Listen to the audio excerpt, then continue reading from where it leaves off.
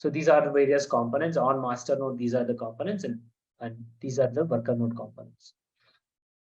Okay, so we'll come back to this. This is how the interface looks like. Okay, we basically have, if I have to represent this, we will have, let's say, a client. I'm drawing that as a human being. This is your client. It could be a request from another application as well. This request goes to master node. Okay, it does not go directly to the container. It goes to the master node. And these master nodes will go and instruct the worker nodes, okay, to bring up the containers. Here we will have the containers. Right, here you may have many containers. You may have only one container or many containers. Okay, so that's basically the difference between your Docker and Kubernetes. Here, everything is packed together. Next, when we talk about this components, let me go there in the back. Yeah. So if you look at this, there is a clear segregation of the services that we are having on master as well as on the worker. So you can see the master components, right? API server, this is master. We have a database called etcd. We have scheduler, right? And we also have this control manager, right? These two are basically control managers. These four are your master node components.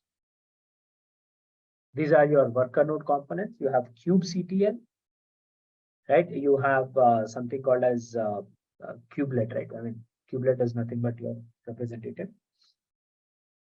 We'll have another engine that's not recorded here, but we basically have container engine, the actual container, right? So this container engine is creating the containers on the worker nodes. So we'll have container engine also, which is one of the component, and we'll have kube-proxy. This is to ensure that there's kind of a network which is established between the containers and the master. So these are the 6-7 components that we will be discussing about. So when we talk about this API server, right, that is the Kubernetes server. Let me see if I have anything. No, I don't have that image. Fine. We'll talk about the individual components. So when we talk about this API server, that's the right, you say heart of the entire Kubernetes cluster. So when I talk about a cluster, I'll have master node, I'll have worker node 1, worker node 2. Right? Just imagine that you'll have this kind of a setup. You may have many worker nodes, but yeah, this is a cluster. Kubernetes cluster. So your API server will become the most important component, right? It is the heart of your entire cluster. This is nothing but a REST API, right? And this server will not have any state. It's also called a stateless server. And this allows, this API server is basically the edge point. It allows the interaction from the external world. Now, any application, generally, when you talk about external communication, that is HTTP or HTTPS communication, you basically either have port number 80 or 443, right? Remember, by heart these port numbers. These are default port numbers which are used for communication over internet, HTTP protocol. But just to ensure that these ports are not touched, in Kubernetes, we use a different port number. That is 6443, right? So 443, and this is 6443. Okay, so, and this is basically the default port which is used. Right, so the REST API that we are talking about, it listens at 6443. And within this API server or Kubernetes API server, we will have different subcomponents that we need to look at. These are the resources that we will have. Those resources are actually mentioned here. You'll have pods, right? You'll have the services, volumes, annotations, labels, right? All these things are additional resources that we have within the API servers. Okay, so these are the Kube server subcomponents that we will have to talk about. Okay, all of these basically are used for managing the containers. Everything is for container management only. That's all. So you'll have network policy, predefined network policies. You'll have replica set because you need to try and have to scale up, for example.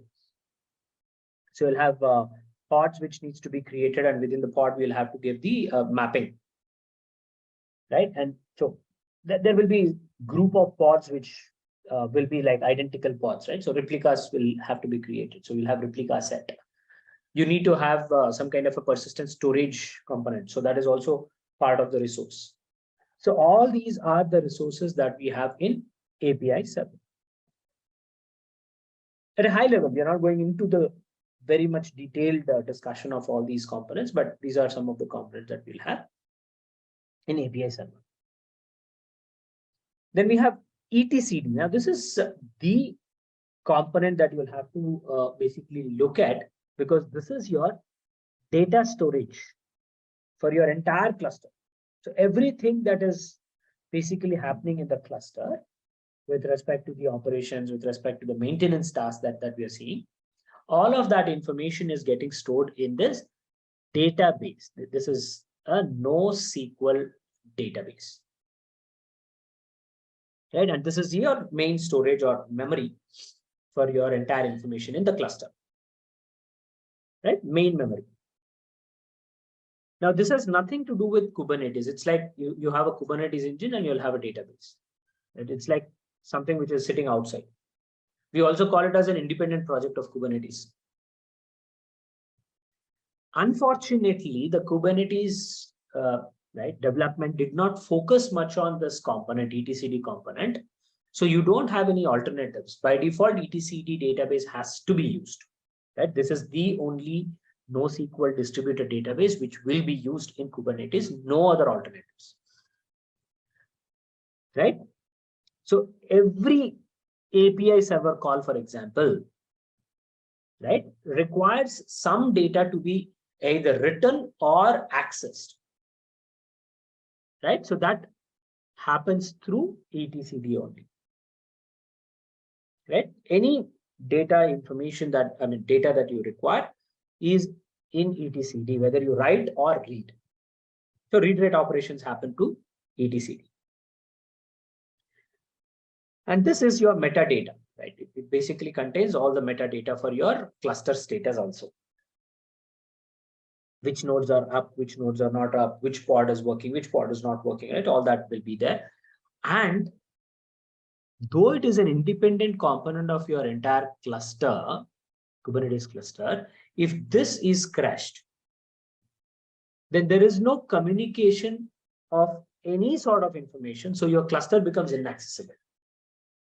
So if you remember, if you are familiar with Hadoop and all that distributed framework components, then in Hadoop also we have something called as single point of failure. We call it as single point of failure. So in distributed environment, if one node is crashed, you'll have some alternative, right? If your one worker node is crashed, you'll have other worker nodes coming into the picture. But if etcd is crashed, because it is the single source, there is no backup or no alternatives. If this goes off, then your entire cluster gets inaccessible. Hence, it's called as single point of failure. And another drawback of etcd is it is disk-based storage device. So that means the database uses disk for storing all the data. There is no memory component at all. So that means it is going to take take time to access the data, work on the data, retrieve the data. If it would have been in memory, then the performance would have been much faster. So that is another drawback, right? This is basically depending on storage disk of your physical machine that we are using. Okay, so that's the another point with etcd. Next, we have control manager. So as you can see, kube control manager or control manager, it maintains and contains replication. Replication means if you want multiple containers to be brought up, then the duplication, the copy creation is done by your control manager. You'll just let control manager saying that, hey, I need more images, replications. So it automatically creates that. It controls the pods, it controls the services, the endpoints, and all those things, right? So control manager, in short, is trying to maintain the state, the actual state of the cluster, and it communicates with etcd. So whatever is there in etcd, it tries to maintain those states,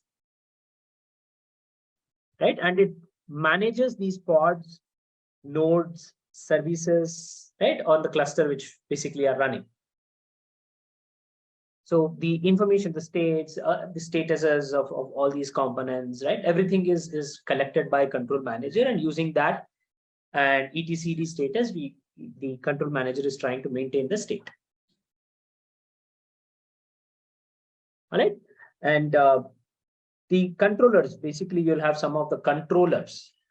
These are like predefined scripts, you can say. So there are certain controllers like the node controller, endpoints controller, the namespace controller, right, etc. These controllers are readily available, right? And these controllers are like scripts which will be internally called to maintain the state of your entire cluster.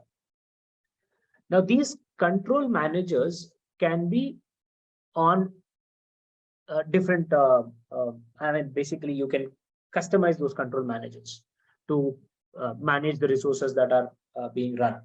So these cloud platforms that we are talking about, they have their own control managers because they are dealing with their own resources. Right, so you have GCP control manager, AWS control manager, Azure control manager. So depending on the hardware that you're basically setting up your cluster, Kubernetes cluster, you'll have those dedicated control managers. Then comes the scheduler. The scheduler is responsible for assigning a worker node. Okay. There are many worker nodes. Scheduler is checking the status of these worker nodes, and it is selecting or electing one worker node. Right? Scheduler is responsible for that. And to do that, scheduler will continuously keeps checking with API server. Scheduler will continuously keep checking with API server to check what are the list of nodes or pods that have not been scheduled and are available, right? And each object, each pod, we call it as, that information is there in etcd, right? So with the information from etcd, your scheduler will be able to assign name to the worker node, right? So pod is like runtime instance, right? And the etcd has that information basically. And if a pod is given a name, we basically call it as node name. If you have that node name given, right? Basically, this is nothing but the worker node. So I'll basically say, hey, this pod has to run on this worker node. Right? That information will be stored in etcd by API server. Right? This is the main engine. So it checks with the control manager to get the status of the worker nodes and the pods, and then it assigns a pod, which is nothing but a working instance, to be run on a specific worker node. So pod is given a name, runtime instance is given a name.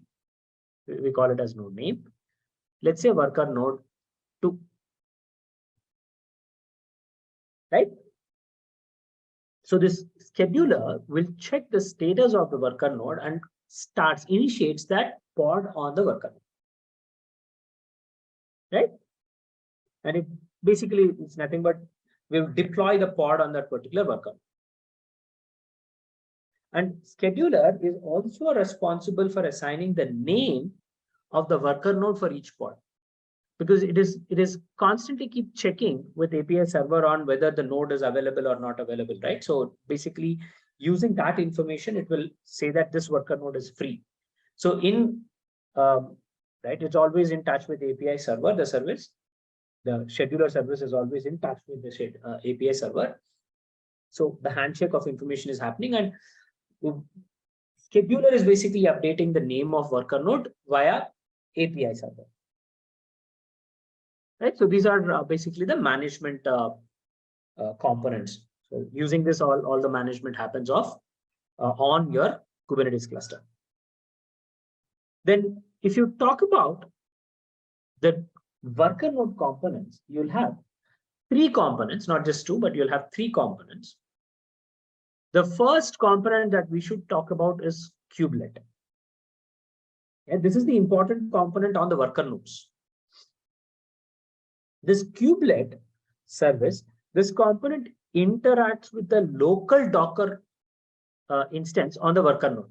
So you'll have a cluster, you'll have a master, you'll have these multiple worker nodes, right? Depends on capacity of your cluster. You may have 2 or many worker nodes.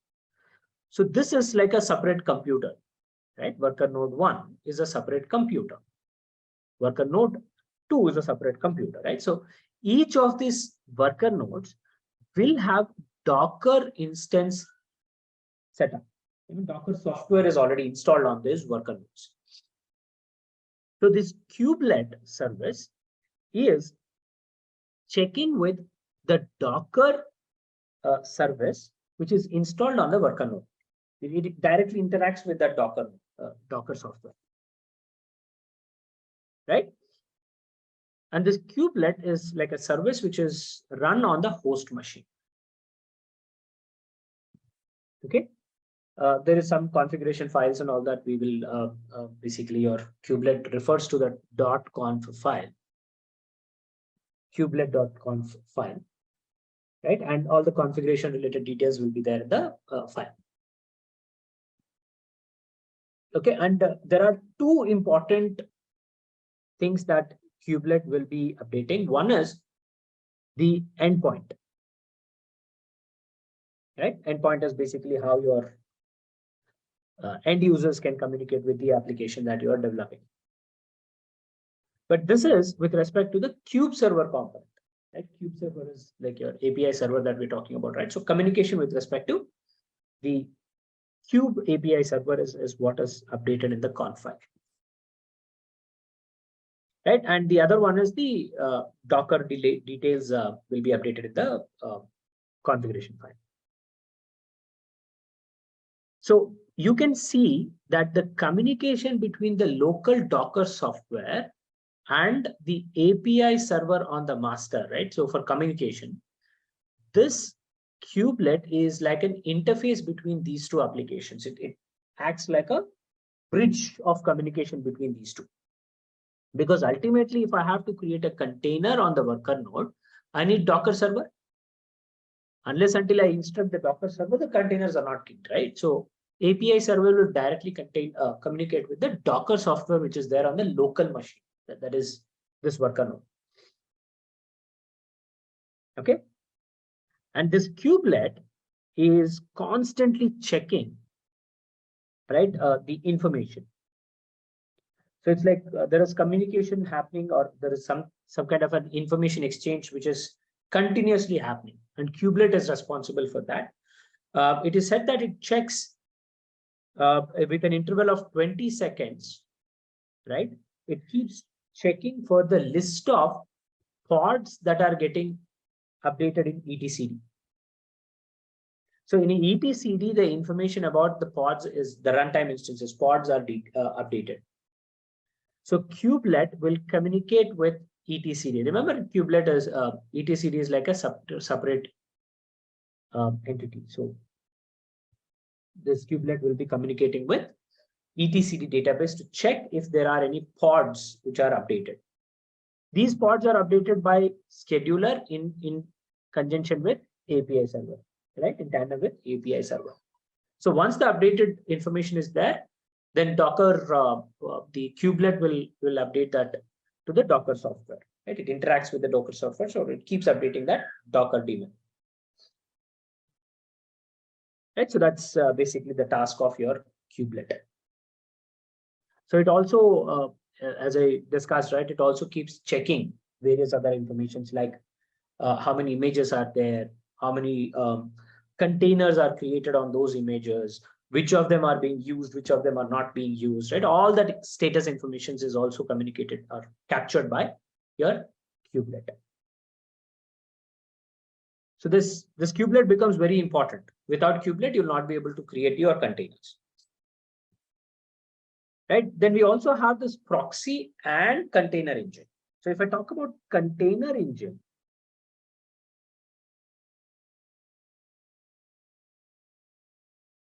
now we basically talk about the Kubernetes software itself as the container engine, right? I mean, it's a management tool. So your containers are basically managed by this container engine, and which is nothing but your Kubernetes software. And in Kubernetes, in order to manage the containers, by default, we will use the Docker software. Docker is used to convert that image to a container, right? So by default, the container engine, which is managed by Kubernetes, is Docker software, right? And you can also use different services. We have something called as containerd. That is also another service similar to Docker. We can also use that. There are other applications also which can be used for containerizing your applications, similar to what Docker does. But Docker is the most popular right software. For example, if you talk about potato chips, what is the first thing that we get in mind? When you talk about potato chips, friends, what is the first thing that we get in mind?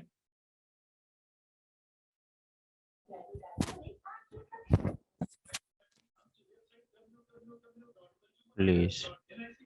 Exactly. It doesn't mean we don't have other manufacturers, but Lays has captured the market to such an extent that we kind of refer the name of Lays to refer to potato chips, or when you say potato chips, it is referring to Lays, right? It has owned the product, right? That in such a way that it has created its own image for that particular product. Similarly, Docker is one of the softwares which is used for containerization of your images. To such an extent, it has grown that we kind of use Docker for representing containers, and containers means Docker. But we do have other softwares also, which are probably right very rarely used, unless until you have some challenges with Docker or somebody wants to try something different. We generally don't go with other softwares. One of the software that I'm talking about is containerd. Containerd, not container ID, containerd. And we also have something called as, I think, CRIO. Might want to check on this. Different container softwares are there, right? But Docker is one thing that we will refer to. We don't talk about anything else. Then comes the proxy. We also call it as kube-proxy. This proxy is the component which simply handles the networking. Any network related task that we talk about on Kubernetes nodes, worker nodes specifically, right? Because that's where your containers are actually getting deployed, will be managed by this proxy service, right? And it allows the access to the running pods, running containers, to communicate with other containers, other pods. In fact, as an end user, if you want to access any application which is running in the runtime instance, that is your pod, then you need that network communication, right? Network establishment. So proxy will allow external applications also to be communicating with your applications which are sitting in the pod, right? And these proxies, kube-proxy basically is having a something called as service. The feature name itself is called as service, right? And these services are ensuring that the traffic, the communication that we are basically network traffic, right, is routed to the pods, the respective pods. The service handles that. And in short, your proxy is used to maintain certain network rules on the worker nodes to ensure that there is proper communication with external applications or pods, internal pods, right? All that network related communication is maintained within the rules that are defined. This is something your administrators probably or your business requirements will come in picture to define those network rules. But once those rules are defined, proxy will maintain that communication happening.